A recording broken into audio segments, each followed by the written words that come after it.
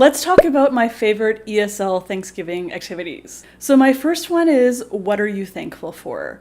This can lead into a lesson that provides some fruitful discussion and some interesting things that students might mention. So there's a million things you could do. You could have students do a short presentation about what they're thankful for. They can make a little video.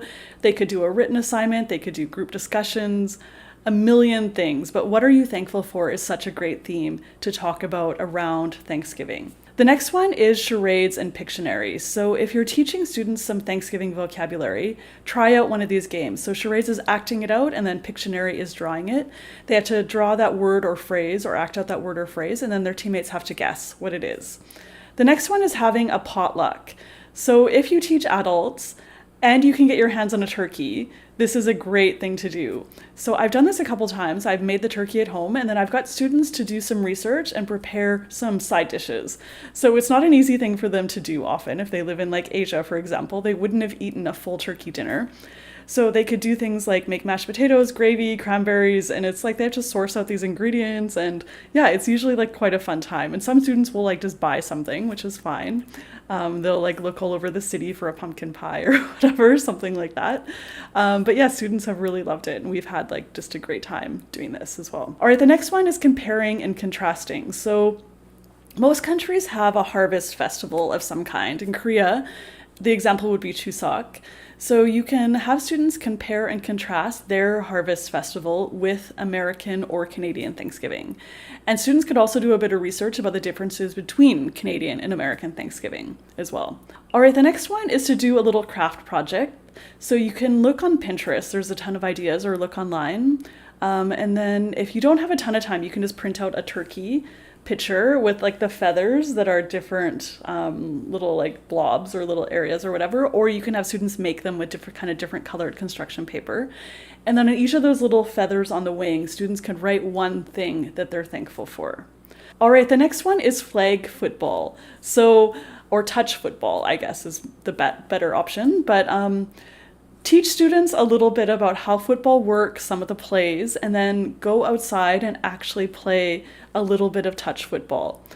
Students have often never played football before, and they love it. It's some hilarious confusion when nobody really knows what they're doing. And of course, the teacher should understand the basic rules of football in order to do this activity. But whenever I've done it, they've had a really good time doing it. The next one for some pure fun and chaos is turkey bowling. So maybe you've seen it on YouTube or you've done it yourself. You have a frozen turkey and then some bowling pins, and you just do bowling, but it's like the turkey's frozen and has the wings and the legs and whatever, so it's just going all over the place. And it's very unpredictable, so you don't necessarily have to have your hands on a frozen turkey, but you can find like any irregularly shaped object and then decorate it as a turkey and then do some bowling. But of course, show some videos on YouTube so students can kind of get an idea of what you're trying to replicate. Okay, so those are all my ESL Thanksgiving activities. Leave a comment and tell me how you like to celebrate Thanksgiving with your students. And be sure to check out my book, 63 ESL Holiday Activities. Until next time, bye everyone.